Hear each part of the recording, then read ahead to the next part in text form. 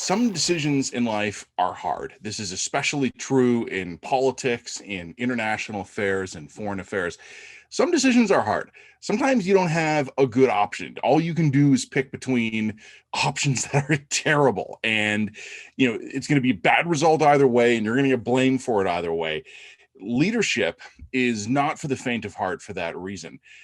Sometimes, though, decisions are actually easy. And it's not that hard to do the right thing because the right thing is obvious.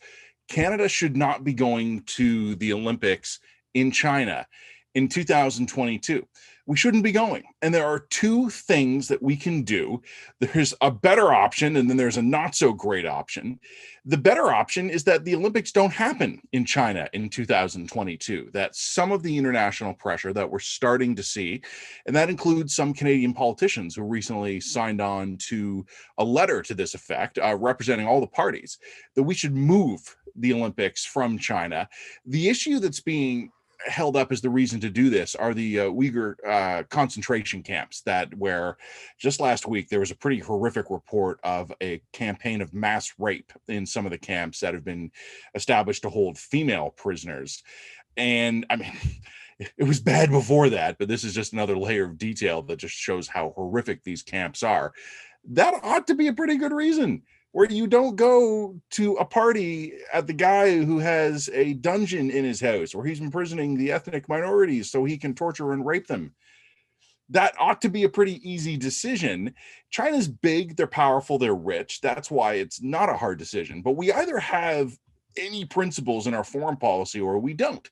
This would be like, I've heard comparisons to the 1936 Olympic Games in Nazi Germany. I think that's true to an extent, but the difference is we actually know more about what China's doing today than most of the world knew in 1936. I'm not saying that things were good in Germany in 1936, but it was plausible for more of the world to know less than we know about what's happening in China today. We shouldn't be going. We should not be dignifying this by sending our athletes there.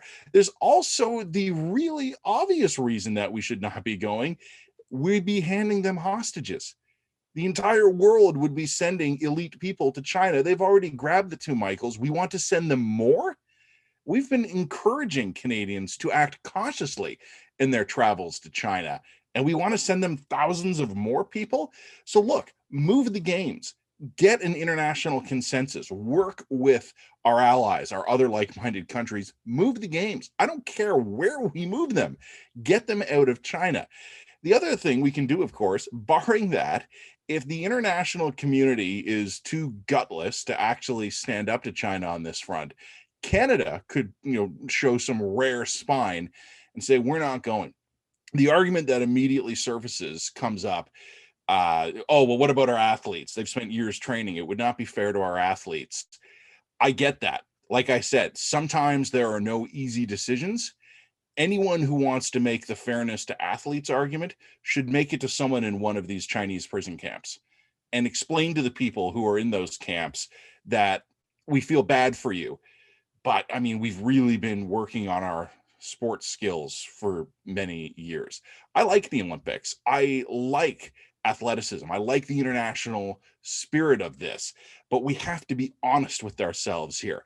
There are great moral moments in history.